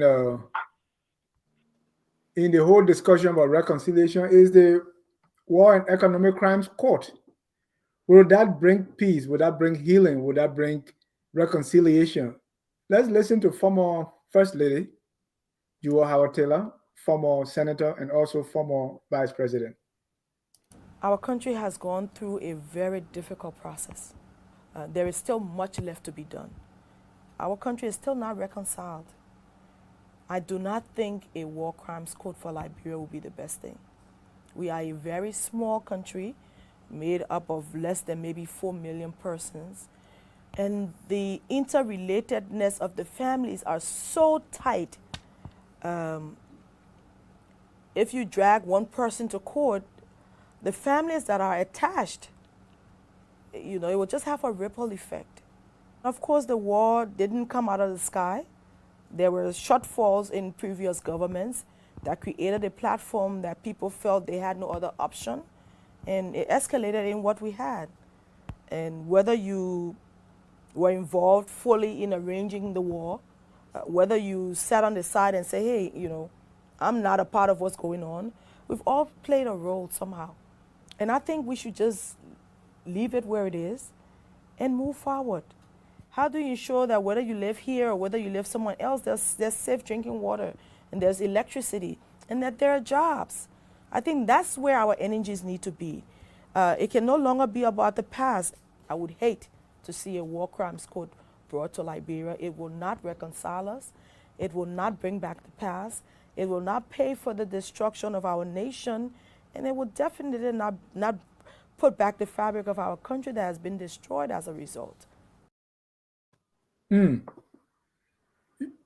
Agree or disagree, but one thing our country has not reconciled, that's a true statement. And let me start with you, Mr. Salif, as we close, as you know, this whole idea, because this is one of the things too, the passing of Senator Prince Johnson brought, right? Oh, do we still do war crime court? What is it going to do? And one guy said, well, who you going to get now? Without Prince Johnson, you're going to get what? Yaka Koluba, and he was laughing about it. So It wasn't about Prince Johnson. They missed the point. Look, I couldn't. What's the expression? I disagree. If there was a better expression to express my disagreement with the former vice president, the former senator of Bond County, I will use that word. Just because we're so interrelated, which is true, and so we can't hold ourselves accountable. We can bring justice to victims of the war, survivors of the war. We cannot honor the memories of those who were, debased and defaced. I think that's wrong. And to hear that from a leader is really disappointing, because these are the kinds of mindset that are really setting us back, that got us where we are today. If you look at Sierra Leone, which is very similar to us in a lot of ways, the ethnic structure, the culture, you think about, you name it. They prosecuted some of their people, and there's a big myth and misunderstanding. The USD had war crime code after the Civil War. Yeah, well, listen, they had a special code. They had a war crimes court. That was a war crimes court. They had a special code. That's where I was coming. There's a misunderstanding about what a war crimes court is, or what it will do, or what it does. Now, in the international community, in the international legal principles, they've established what's called holding those with the greatest responsibility accountable. So the command and control people who organized the war, who raised the fund, who commanded the war, who recruited and conscripted young people. Because you cannot imprison, for instance, you can't prosecute 30,000 former child soldiers who are now Zogos in the street, or Zogos in Kosut in the legislature in such places. You can't prosecute all of these people. But what you can do is set an example and say, look, it was wrong that you destroy the country. It would be wrong if anyone thought of doing so again in the future. And if you do these things, we're a country of law, will hold you accountable. I don't care, you're my cousin, you're my brother, you're my sister, you're my niece, you will be held accountable for your action. And we're holding, again, those, if you look at the TRC, let me interject, right? Can we have that accountability with our war crimes court? Or you got to no, we cannot. We cannot. We've attempted in different ways to look at the TRC example. Some of these people even refused to appear before the Truth Commission to testify publicly. Do you know that? There were people in our society who were known active participant in the TRC, in the war, active warlords, you will say, who refused to appear before the commission. Okay? And so such people behave with impunity. I'm saying you have to hold the transitional justice is a big term, big umbrella term that has legal processes and non-legal, non-judicial processes. We've tried a non-judicial and we've disrupted it, we've politicized it. Let's try the legal as well. And the legal is not saying we go after every single individual. If you went by the former vice president reasoning there, she's saying all of us play a role. Whether you just stood aside, you sat aside, whether you gave somebody water to drink, whether you were a rebel, whether you were a warlord, we all play a role. You raise funds. She's right on that count. But the War Crimes Code is not coming for all of those people. If you look in the charter, in the model charter that people of the TRC Commission drafted as an example, it says command and control. Those with the greatest responsibility, and those were identified in the commission's work, in the commission's report, and it's very easy to construct evidence in cases against those people.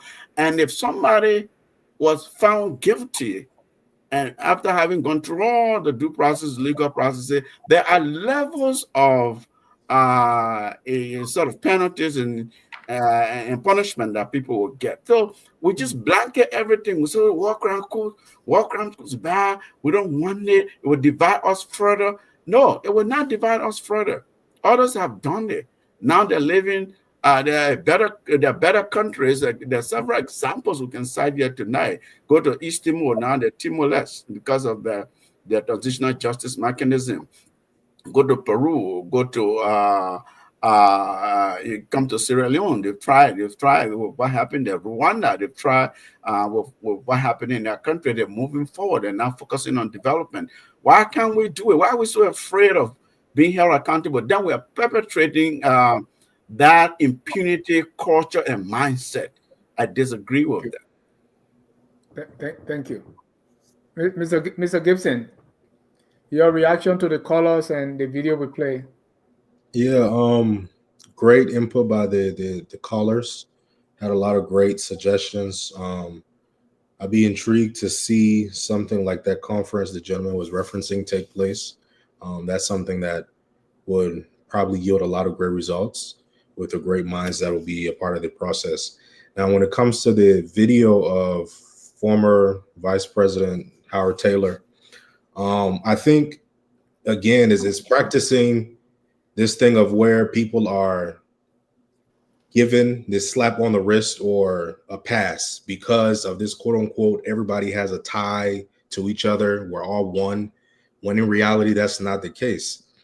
We've seen how people you are on tribal lines always try to pick sides, and there's no oneness within Liberia. So for her to make that statement, I would love to see another video, I guess, present day on her true stance on the War and Economic Crimes Court. Does she still believe that is something that is not needed within Liberia right now? What we've seen as far as what has taken place with, the elections process and how it was a close call or too close to call in terms of the results, right? How does she feel about that now, being that years has passed, but the healing of the nation still has not taken place? Where is her stance on that? Especially now being, I guess she's a counselor at law, right? So how does that play on within her mindset and how she processes the rule of law? Does she still feel like it's a need for the rule of law to be upheld regardless of your overall familial ties within a society? I love to see her response to that. But yeah, until these things are addressed in a full form and not something that's superficial, but really going and rolling up your sleeves and making sure that the rule of law is upheld, and people who are in power are not seen as untouchable, especially if they were the ones that were behind some of those atrocities during the war and even after, right? How do you need to start holding them accountable? Accountability is something that's been lacking in Liberia for so long because people make excuses, as the one that we've seen in that video about we're all family. We can't prosecute our family members. Yes, you can. Right is right and wrong is wrong at the end of the day. It's not about trying to keep the peace when the peace has never been kept, because there's still a hotbed of affliction that exists within Liberia. One thing can set it off, Jimmy? Yeah, somebody mentioned, the United States did hold military tribunals after the Civil War to punish, to prosecute war criminals. Champ Ferguson comes to mind, who was a guerrilla leader.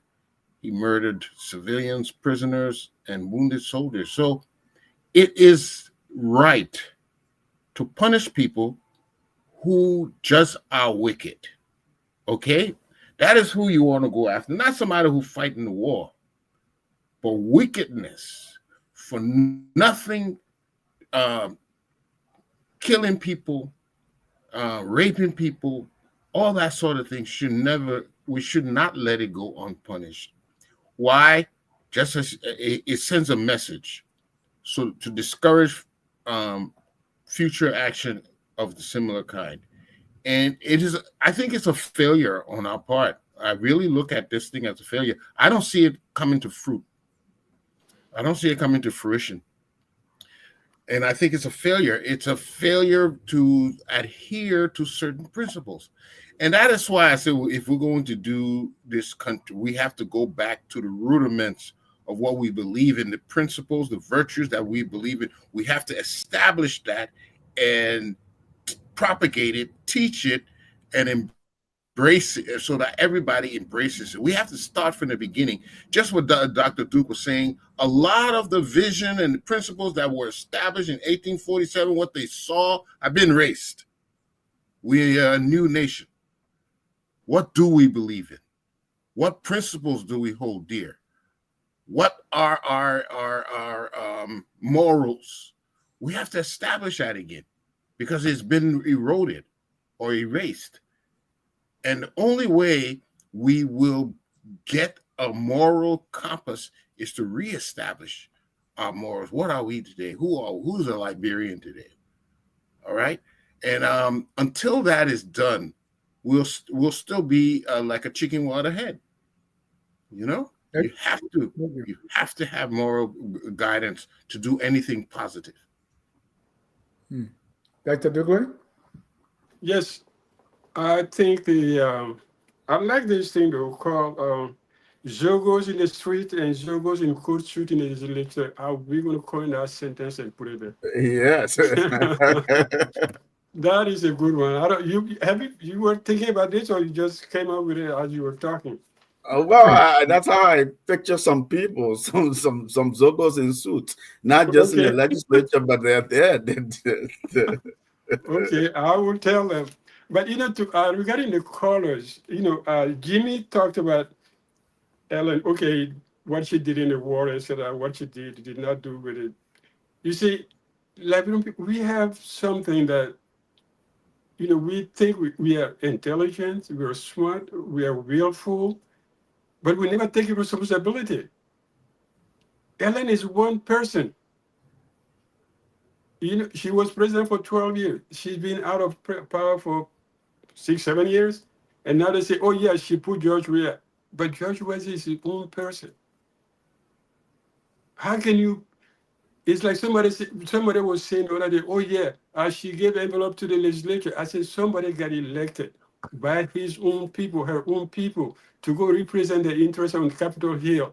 And somebody gave you a brown envelope, you take it, and then you blame that person for bribing you. Are you a child? Are you a baby? It's sickening to think about it. And then Jimmy talked about the fact that, Ellen didn't deal with Fambule. No, Fambule was her national security advisor for 12 years. Yeah. Igafon was in the government for 10 years until he resigned to run for president. So, people come up, this exaggeration sometimes, make the debate very difficult. Regarding Madam Vice President, she's the wife of Charles Taylor. So what do you want her to say? To say I want war crime tribunal to judge all the people around me, everybody that you see around me here who participated in the war no. She's the wife of Charles Taylor, who has probably benefited more than this whole thing. She benefited from the war with Charles Taylor, got married. She benefited from the, during the democratic process, elected senator by using her husband's voice on, in meetings. And vice president later on for 6 years. What do you want her to say? To say, oh yeah, I've sympathized with the victims. I feel sorry for people whose parents or daughters or children were killed. She won't say that. That's not her language. She's not wired that way. She's wired with the perpetrators. So you don't even listen to her about the war crime tribunal. She has nothing to say about it. Thank you. At this time, we go to our Tabata session every week, every day. There's some Tabata going on. In fact, by Zogos in Kosu. Yeah, that Zogos in Kosu. That's my Tabata. We got coined this, right? Zogos in Kosu. Zogo in Kosut. You can quote me. Yeah. Jimmy, let me start with you for your Tabata of the week. Oh wow, this thing is reoccurring. I still can't believe that the House is allowing themselves to go in the direction they're going. One man loses an election, and 4 months later he forms a group and really does a coup. It is eroding the democratic process. I don't understand this. You know, if it had been somebody else, I could say, okay, they have fault with Kofi, but this is a coup, and I don't know why they're entertaining it. And this is why with the things we're talking about make such a difference. There's something wrong with our moral compass. Why entertain something like this? It's very evident what's going on, but it has stagnated our progress this year. So that's my own Tabata.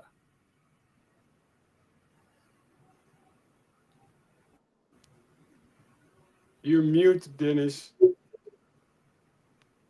Okay, I'll go with my Please give me a Tabata. hard time. Dr. Dukla, your Tabata of the week. My Tabata is the Supreme Court being so milk. I'm spending a whole week to come up and say, this is the law. Have you applied the law? Are you outside of the law?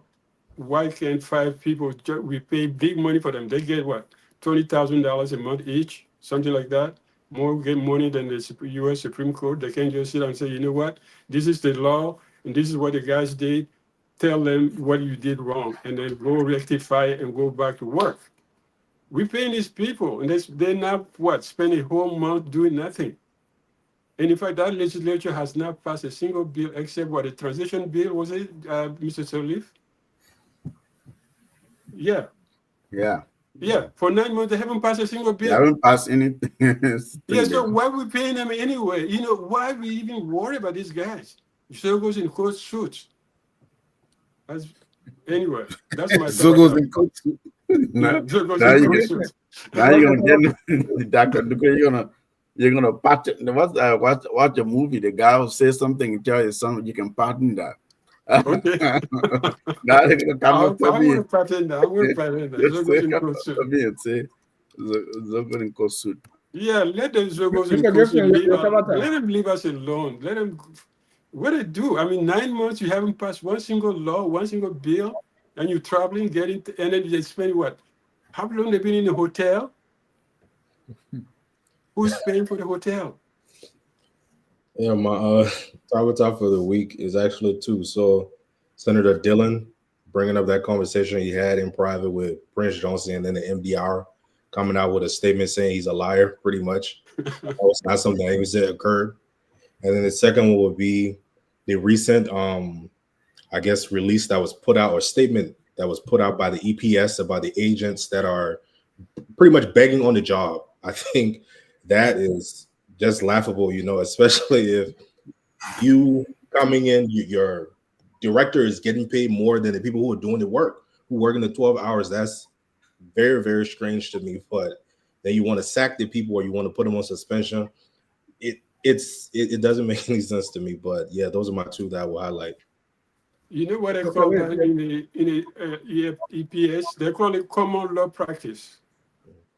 It's not bribery, it's not begging. It's called common law practice. When somebody open the gate for you to see the president, you got to say thank you. I was there. I saw it happening. Mr. Salif. Well, but they see that as a national security threat. Yeah, I know. Yeah, You're guarding the president. You're guarding the president, and somebody give you $5. Yeah.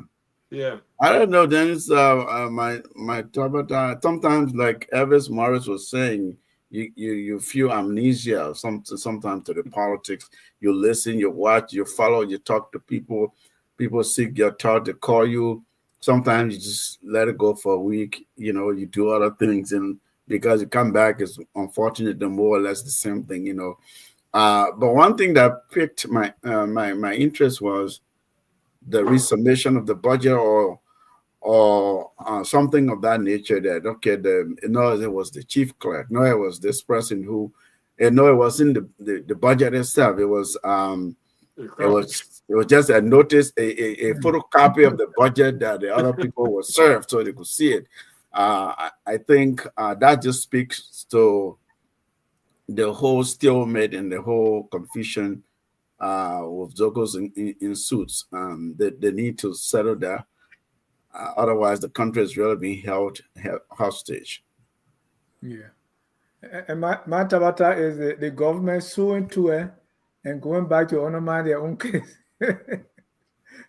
I mean, any government will want to prosecute, right? But when they call you to court, you say, "Oh, I'm going to Bassa." That's what we call reconciliation in Liberia.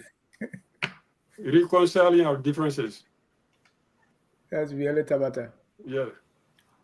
Well, our viewers, if you have your Tabata, something going on that is complete Tabata, also mention it. But gentlemen, I want to thank you tonight for staying here. For the next 4 minutes, let's give our closing. Dr. Dukley.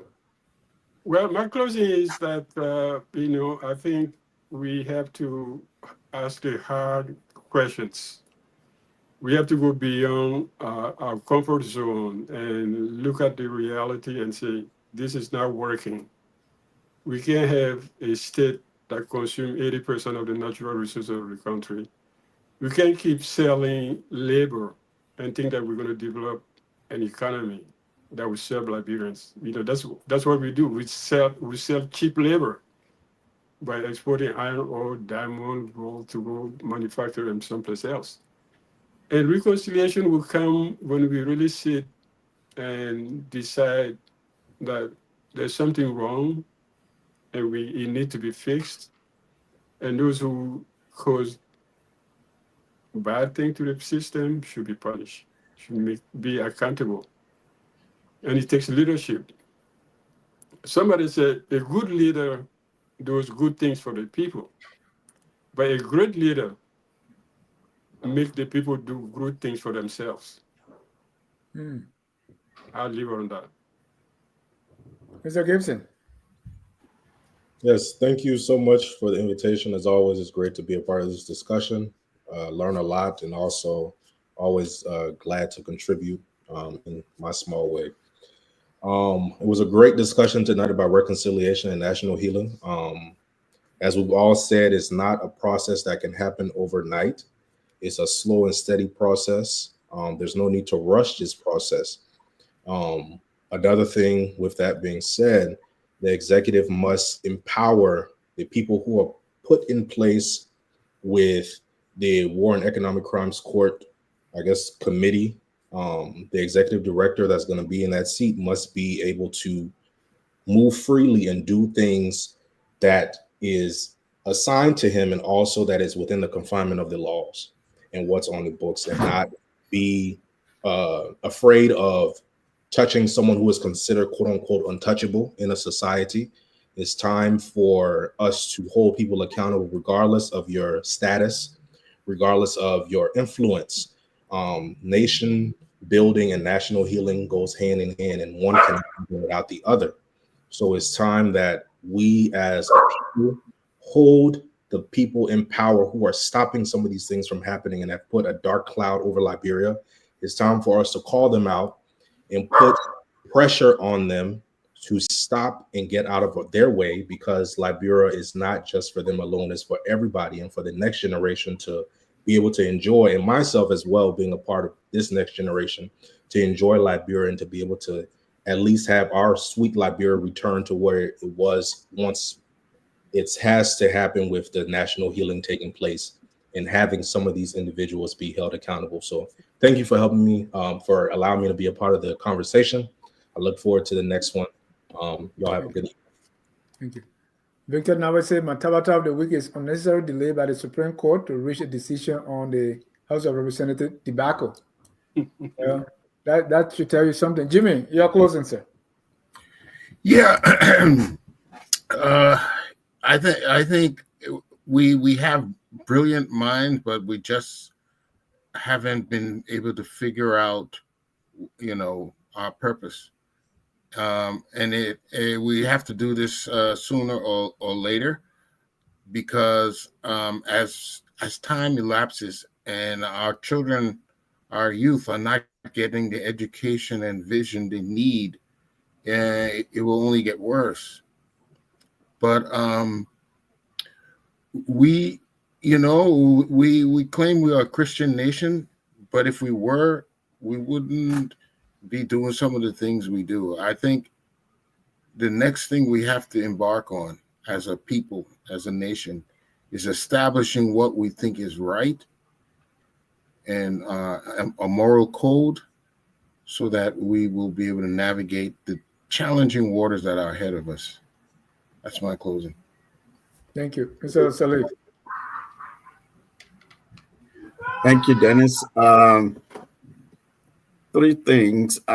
It's going back to the former vice president's comment. Of course, I accept other people's views and their positions, on any issue, including the issue of war and economic crimes court. That's her view, but I just happen to disagree with that view, because I think holding those with the greatest responsibility will set a precedent, and it will help the country to begin the healing process to move forward.